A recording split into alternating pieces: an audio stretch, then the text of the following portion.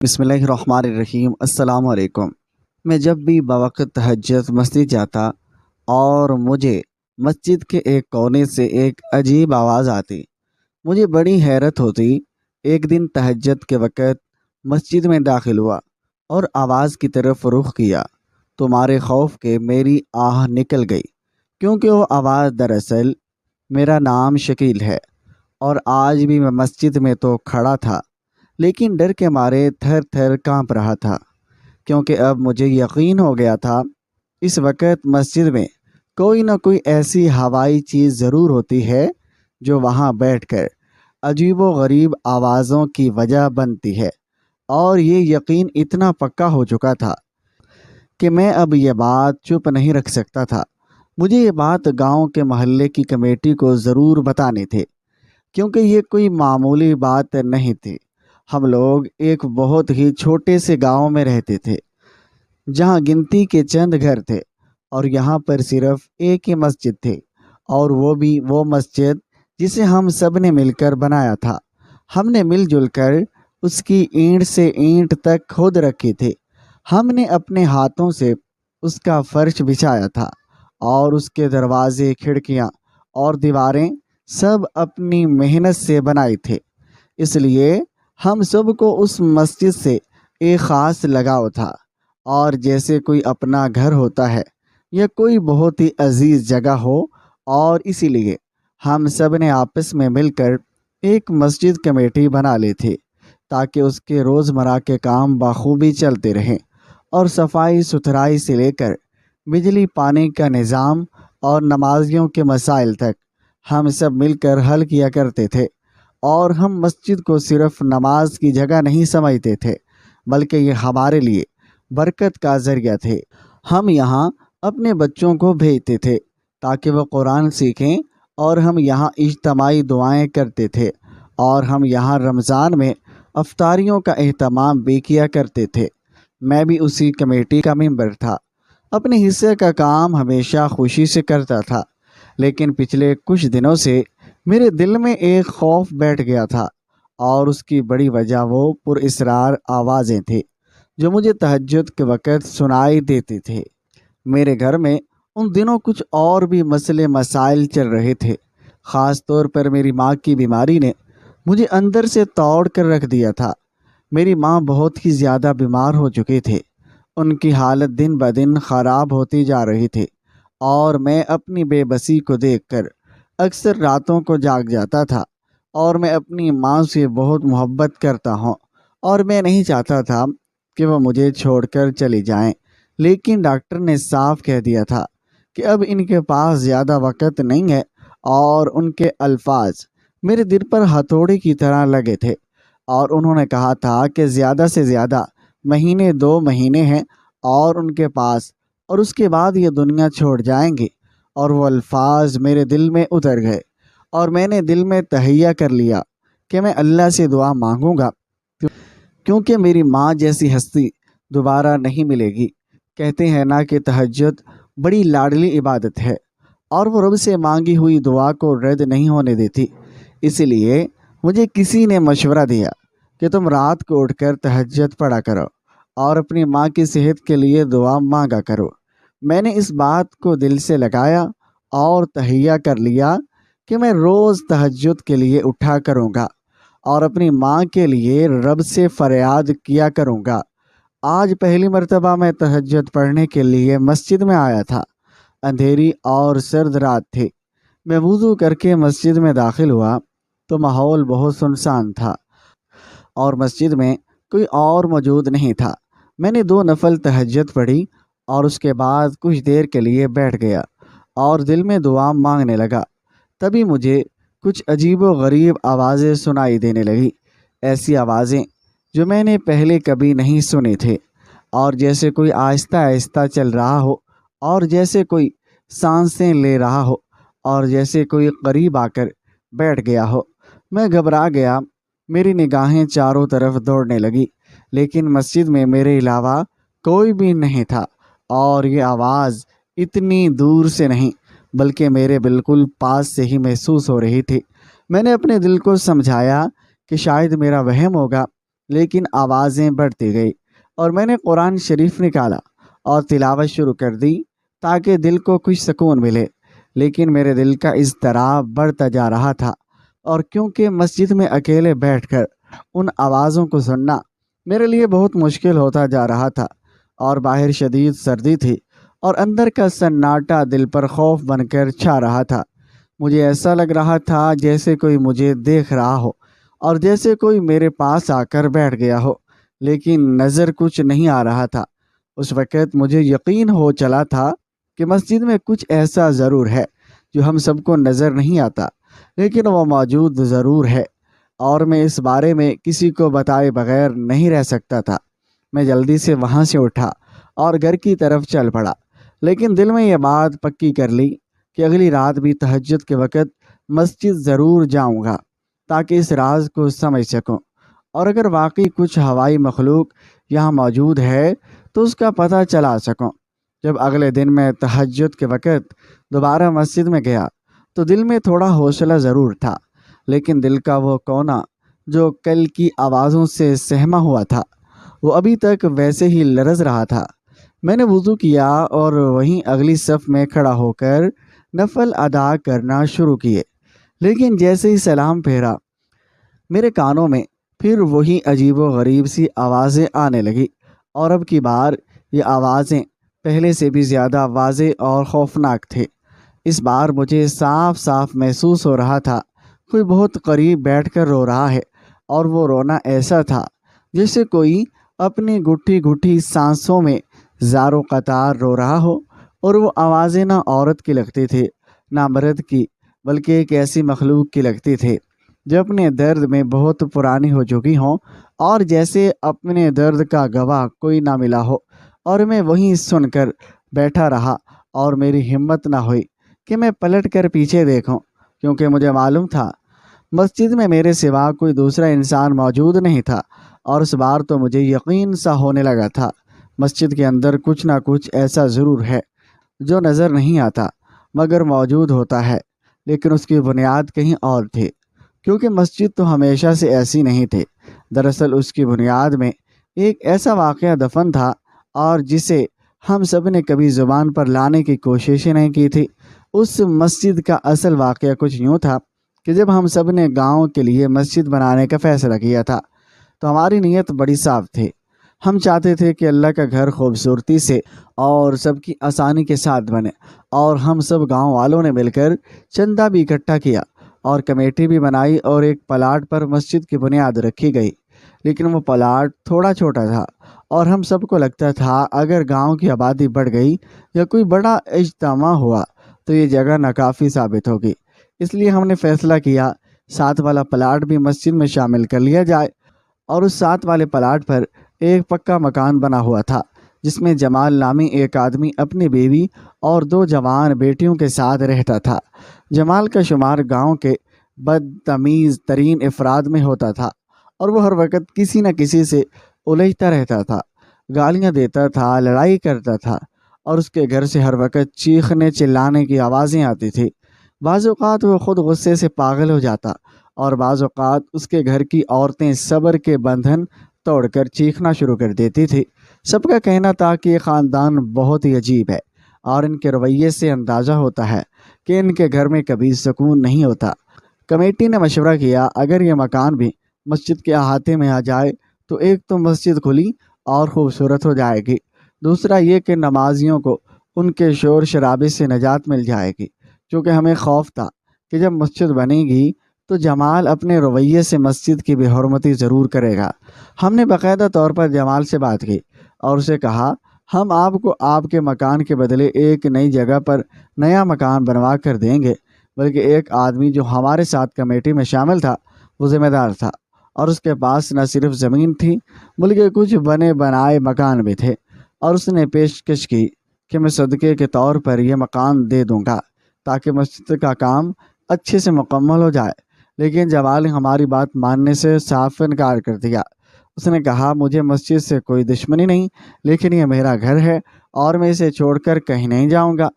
ہم اسے اس کے مکان سے کئی گنا زیادہ رقم دینے کی بھی پیشکش کی، لیکن وہ پھر بھی نہ مانا۔ وہ شخص اپنی ضد پر ڈٹا رہا اور کوئی بات نہ مانا۔ سب کو یقین ہو چلا تھا کہ یہ شخص نہ صرف ضدی ہے بلکہ اس کے اندر کسی قسم کی خیر کا جذبہ بھی نہیں ہے، اور وہ صرف اپنی انا کے لیے سب کی آسانی اور اللہ کے گھر کی راہ میں رکاوٹ بن رہا ہے۔ اور ہم سب مایوس ہو چکے تھے۔ لیکن پھر ایک دن ایسا واقع ہوا، پورا گاؤں لرز اٹھا۔ وہ رات عام راتوں جیسے تھے، لیکن اگلی صبح جب جمال کے گھر کا دروازہ بند دیکھا گیا تو کچھ دیر بعد لوگوں نے کھٹکھٹایا، کوئی جواب نہ آیا اور دروازہ توڑ دیا گیا، اور جو منظر سامنے آیا وہ ہر کسی کی چیخیں نکالنے کے لیے کافی تھا۔ جمال، اس کی بیوی اور 2 جوان بیٹیاں مردہ حالت میں اپنے کمروں میں پڑی ہوئی تھے۔ کوئی خنجر نہیں، کوئی زہر نہیں، کوئی گواہ نہیں، کوئی نشان نہیں، اور سب کی آنکھیں کھلی ہوئی تھی، اور جیسے انہیں نیند میں موت آئی ہو، اور یا جیسے کسی نے ان کے خواب چھین لیے ہوں، اور نہ ان کا کوئی رشتہ دار آیا، نہ کوئی پوچھنے والا ملا۔ گاؤں والوں نے اپنی مدد آپ کے تحت ان سب کو دفنایا، اور ان کے گھر کو کچھ دن بند رکھنے کے بعد جب مسجد کی تعمیر کا کام دوبارہ شروع ہوا تو اس مکان کو بھی توڑ کر مسجد میں شامل کر لیا گیا۔ اور اس وقت کچھ مزدوروں نے بھی یہ شکایت کی تھی کہ انہیں رات کے وقت کچھ عجیب سا محسوس ہوا تھا، اور کسی کو سایہ سا دکھائی دیا تھا، اور کسی نے کہا کہ دروازے خود بخود بند ہو گئے، اور کسی نے کہا کہ کسی نے اس کا گریبان پکڑا تھا۔ لیکن ہم سب نے ان باتوں کو صرف وہم سمجھا اور کام مکمل کر لیا۔ اب وہی مسجد جس کے ہر اینٹ پر ہم سب کی محنت لگی ہوئی تھی، اب وہی مسجد جس کے لیے ہم نے قربانیاں دی تھی، اب وہی مسجد ہمیں خوف زدہ کرنے لگی تھی۔ اور عجیب بات یہ تھی کہ یہ تمام آوازیں، یہ تمام عجیب و غریب کیفیات صرف اس حصے سے آتی تھی جہاں پہلے جمال کا گھر تھا، اور میں اب ہر رات وہاں تہجد پڑھنے جاتا تھا تاکہ میری ماں کے لیے دعائیں قبول ہوں، لیکن ساتھ ساتھ یہ راز بھی جان سکوں آخر اس مسجد میں کیا چھپا ہوا ہے، اور کیا یہ آوازیں کسی اذیت ناک روح کی فریاد ہیں یا کسی ایسی مخلوق کی جو ابھی تک یہاں سے رخصت نہیں ہوئی۔ اور یہ بات مسجد کمیٹی کے باقی ممبرز کو بھی بتانے سے پہلے میں نے اپنے سب سے قریبی دوست کو بتائی۔ وہ بھی کمیٹی کا ایک حصہ تھا، لیکن میرے لیے وہ صرف کمیٹی ممبر نہیں تھا بلکہ میرا بچپن کا دوست تھا۔ ہم نے اکٹھے کھیلنا سیکھا تھا، اکٹھے اسکول گئے تھے، اور ہماری ہر بات ایک دوسرے سے چھپی نہیں رہتی تھی۔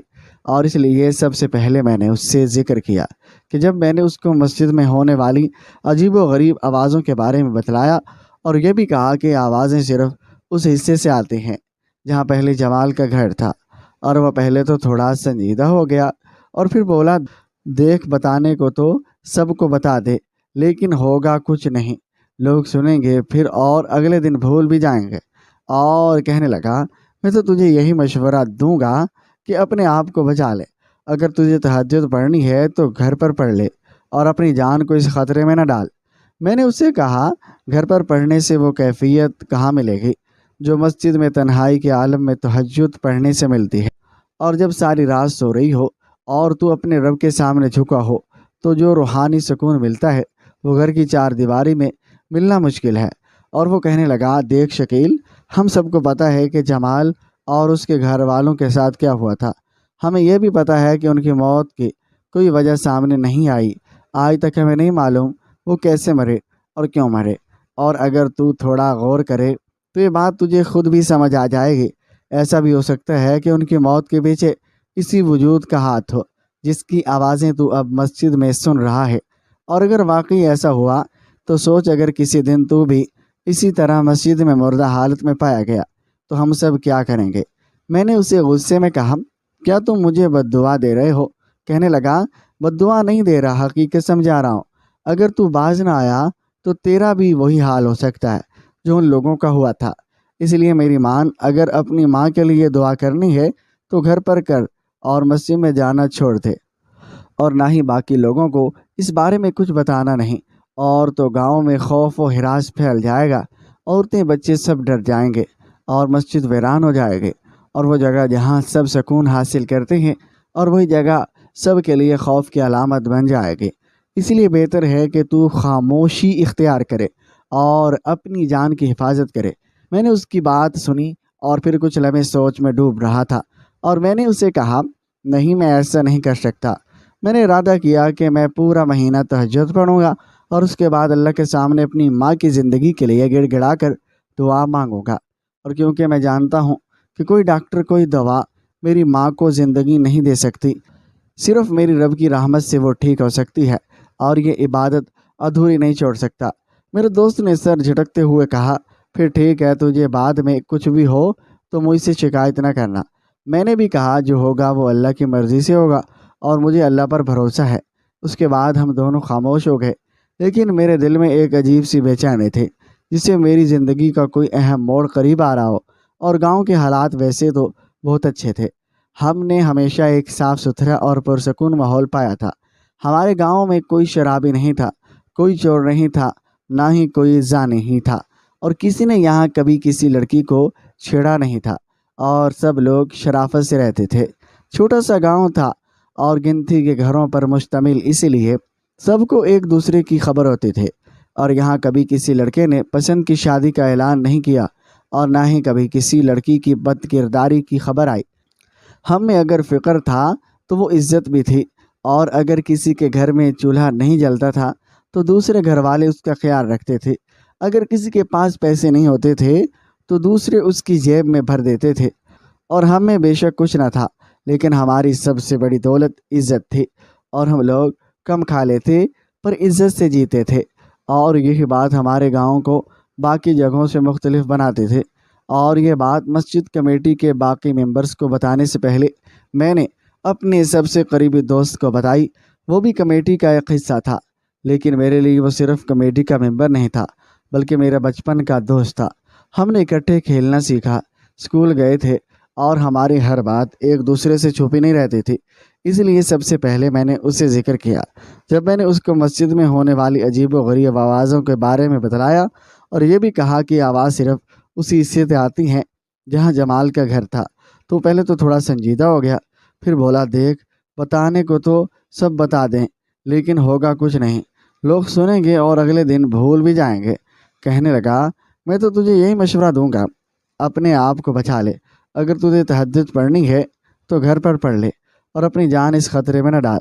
اور اس سے کہا، گھر پر پڑھنے سے وہ کیفیت کہاں ملے گی جو مسجد میں تنہائی کے عالم میں تہجد پڑھنے سے ملتی ہے، جب ساری دنیا سو رہی ہو اور تو اپنے رب کے سامنے جھکا ہو۔ جو روحانی سکون ملتا ہے وہ گھر کی چار دیواری میں ملنا مشکل ہے۔ کہنے لگا، دیکھ شکیل، ہم سب کو پتہ ہے کہ جمال اور اس کے گھر والوں کے ساتھ کیا ہوا تھا، اور ہمیں یہ بھی پتہ ہے کہ ان کی موت کی کوئی وجہ سامنے نہیں آئی، اور آج تک ہمیں نہیں معلوم وہ کیسے مرے اور کیوں مرے۔ اگر تو تھوڑا غور کرے تو یہ بات تجھے خود بھی سمجھ آ جائے گی۔ ایسا بھی ہو سکتا ہے کہ ان کی موت کے پیچھے اسی وجود کا ہاتھ ہو جس کی آوازیں تو اب مسجد میں سن رہا ہے۔ اور اگر واقعی ایسا ہوا ہو تو سوچ، اگر کسی دن تو بھی اسی طرح مسجد میں مردہ حالت میں پایا گیا تو ہم سب کیا کریں گے؟ میں نے اسے غصے میں کہا، کیا تم مجھے بد دعا دے رہے ہو؟ کہنے لگا، بد دعا نہیں دے رہا، حقیقت سمجھا رہا ہوں۔ اگر تو باز نہ آیا تو تیرا بھی وہی حال ہو سکتا ہے جو ان لوگوں کا ہوا تھا۔ اس لیے میری اپنی ماں کے لیے دعا کرنی ہے تو گھر پر کر، مسجد میں جانا چھوڑ دے، اور نہ ہی باقی لوگوں کو اس بارے میں بتانا نہیں، تو گاؤں میں خوف و ہراس پھیل جائے گا، عورتیں بچے سب ڈر جائیں گے، مسجد ویران ہو جائے گی۔ وہ جگہ جہاں سب سکون حاصل کرتے ہیں، وہ جگہ سب کے لیے خوف کی علامت بن جائے گی۔ اس لیے بہتر ہے کہ تو خاموشی اختیار کرے اور اپنی جان کی حفاظت کرے۔ میں نے اس کی بات سنی اور پھر کچھ لمحے سوچ میں ڈوبا رہا، اور میں نے اسے کہا، نہیں، میں ایسا نہیں کر سکتا۔ میں نے ارادہ کیا کہ میں پورا مہینہ تہجد پڑھوں گا اور اس کے بعد اللہ کے سامنے اپنی ماں کی زندگی کے لیے گڑ گڑا کر دعا مانگوں گا، کیونکہ میں جانتا ہوں کہ کوئی ڈاکٹر، کوئی دوا میری ماں کو زندگی نہیں دے سکتی، اور صرف میرے رب کی رحمت سے وہ ٹھیک ہو سکتی ہے، اور میں یہ عبادت ادھوری نہیں چھوڑ سکتا تھا۔ میرے دوست نے سر جھٹکتے ہوئے کہا، پھر ٹھیک ہے، تجھے بعد میں کچھ بھی ہوا تو مجھ سے شکایت نہ کرنا۔ میں نے بھی کہا، جو ہوگا وہ اللہ کی مرضی سے ہوگا، مجھے اللہ پر بھروسہ ہے۔ اس کے بعد ہم دونوں خاموش ہو گئے، لیکن میرے دل میں ایک عجیب سی بے چینی تھے، جیسے میری زندگی کا کوئی اہم موڑ قریب آ رہا ہو۔ حالات ویسے تو بہت اچھے تھے، ہم نے ہمیشہ صاف ستھرا اور پرسکون ماحول پایا تھا۔ ہمارے گاؤں میں کوئی شرابی نہیں تھا، کوئی چور نہیں تھا، کوئی زانی نہیں تھا، کسی نے یہاں کبھی کسی لڑکی کو چھیڑا تک نہیں تھا، سب لوگ شرافت سے رہتے تھے۔ چھوٹا سا گاؤں تھا، گنتی کے گھروں پر مشتمل، اسی لیے سب کو ایک دوسرے کی خبر ہوتی تھی، اور یہاں کبھی کسی لڑکے نے پسند کی شادی کا اعلان نہیں کیا تھا، اور نہ ہی کبھی کسی لڑکی کی بد کرداری کی خبر آئی۔ ہم میں اگر فکر تھا تو عزت بھی تھی۔ اگر کسی گھر میں چولہا نہیں جلتا تھا تو دوسرے گھر والے اس کا خیال رکھتے۔ اگر کسی کے پاس پیسے نہیں ہوتے تھے تو دوسرے اس کی جیب بھر دیتے۔ اور ہم میں بے شک کچھ نہ تھا، لیکن ہماری سب سے بڑی دولت عزت تھی۔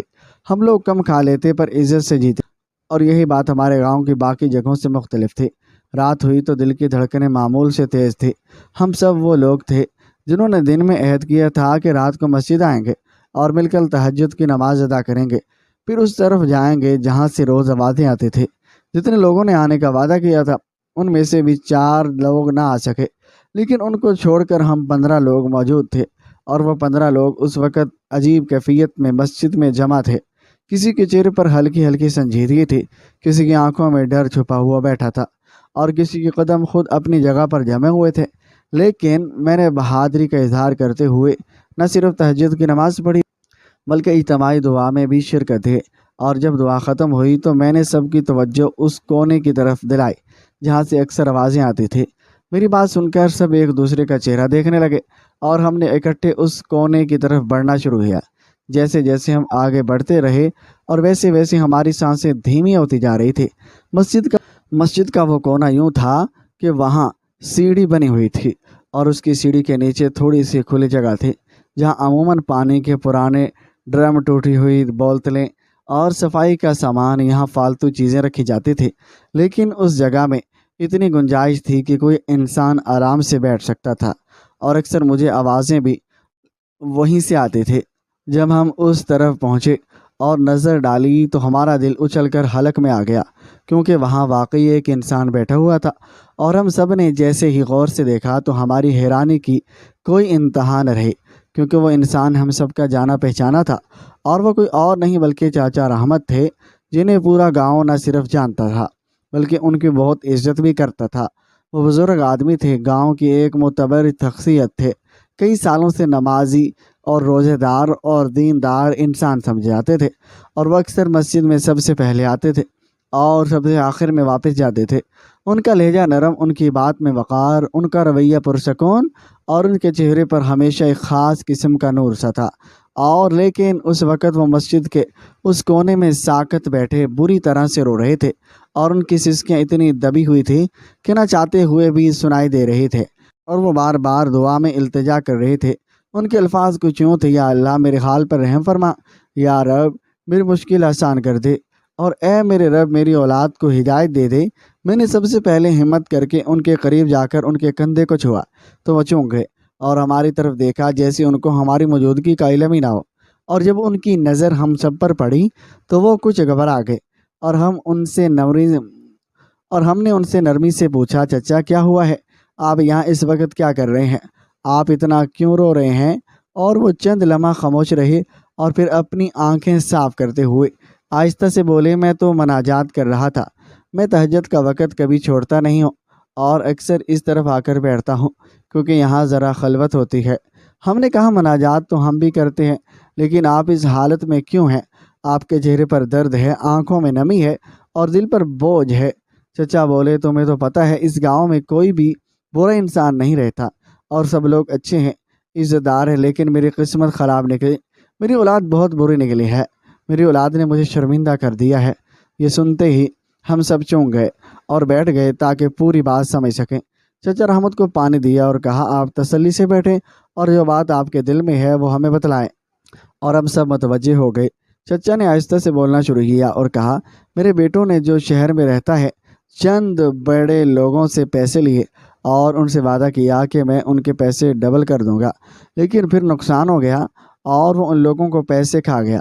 اب وہ سب لوگ شہر بھر میں اسے تلاش کر رہے ہیں، اور وہ لوگ اس کے خون کے پیاسے ہو گئے ہیں، اور اب 15 دن ہو گئے ہیں وہ شہر چھوڑ کر واپس گاؤں آ چکا ہے اور ہمارے گھر میں چھپا ہوا ہے، اور ان کے ڈر سے نہ کہ وہ باہر نکلتا ہے اور نہ کسی سے بات کرتا ہے، اور نوکری بھی چلے گئی، اور اب نوبت یہ ہے کہ ہمارے گھر میں کھانے کے لالے پڑ گئے ہیں، اور میں ہر وقت اسی خوف میں رہتا ہوں کہ کب وہ لوگ آ کر ہمارے دروازے پر دستک دیں اور میرے بیٹے کو ہمارے سامنے سے اٹھا کر لے جائیں، اور وہ کہتے ہیں کہ اگر ہم پیسے واپس نہ ملے تو ہم اسے دنیا سے روانہ کر دیں گے۔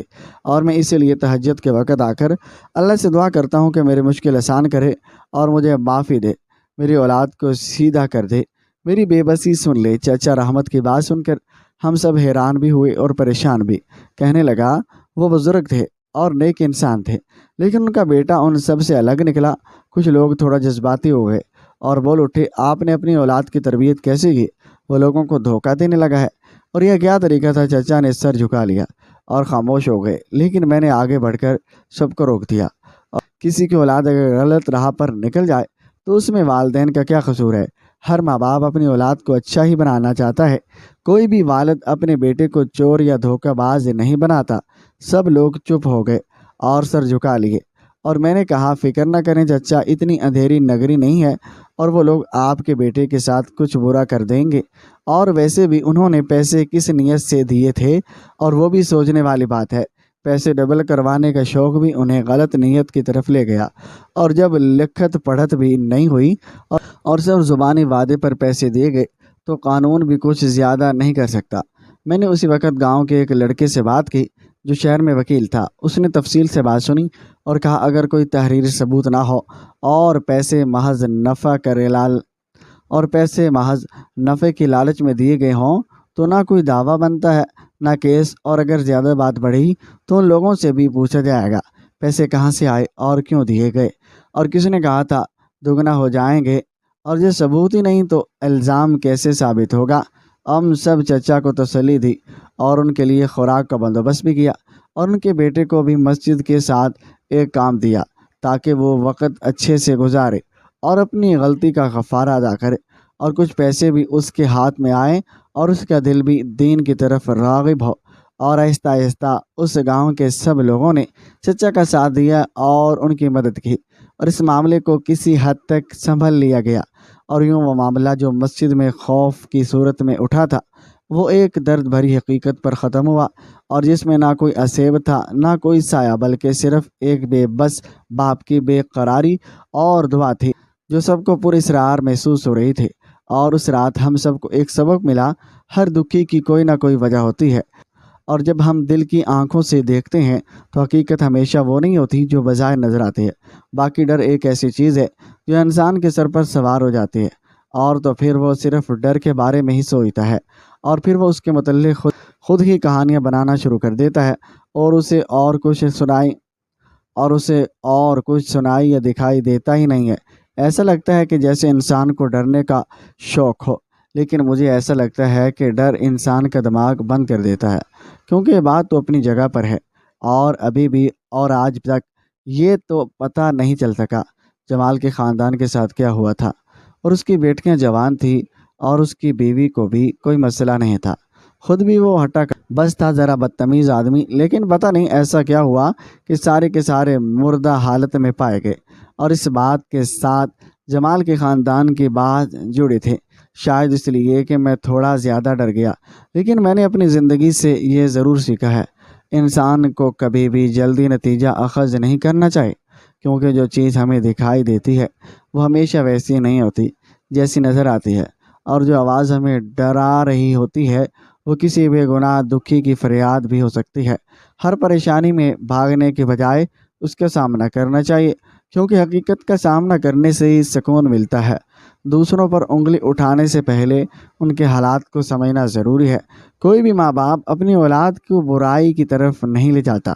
اگر اولاد غلطی کرے تو والدین کو تانا دینا انصاف نہیں ہوتا۔ زندگی میں بعض اوقات ایسا وقت بھی آتا ہے جب سب کچھ دھندلا سا لگتا ہے، لیکن اگر انسان نیت صاف رکھے، دل میں ہمدردی ہو اور عقل سے کام لے تو ہر مسئلے کا حل نکل آتا ہے۔ اور اس رات ہم سب نے ہمت نہ کی ہوتی تو شاید ہمیشہ کے لیے ڈر میں رہتے اور ایک مظلوم شخص کے فریاد کو کبھی نہ سن پاتے۔ ہمیں سیکھنا چاہیے کہ صحیح تک پہنچنے کے لیے صبر اور جرات دونوں ضروری ہوتی ہیں، اور سب سے بڑی بات یہ ہے کہ کبھی بھی کسی کی خاموشی کو معمولی نہ سمجھو، کیونکہ وہ خاموشی کے پردے میں اکثر دل کی سب سے بڑی چیخ چھپی ہوتی ہے۔ میرے والدہ کی طبیعت ابھی تک تو ٹھیک ہے، اللہ کا شکر ہے، کچھ نہیں ہوا اور ان کی زندگی بچا لی ہے شاید۔ ناظرین، اس امید کے ساتھ ہمیں اجازت دیجیے، ملتے ہیں جلد ایک نئی ویڈیو کے ساتھ، تب تک کے لیے اللہ حافظ۔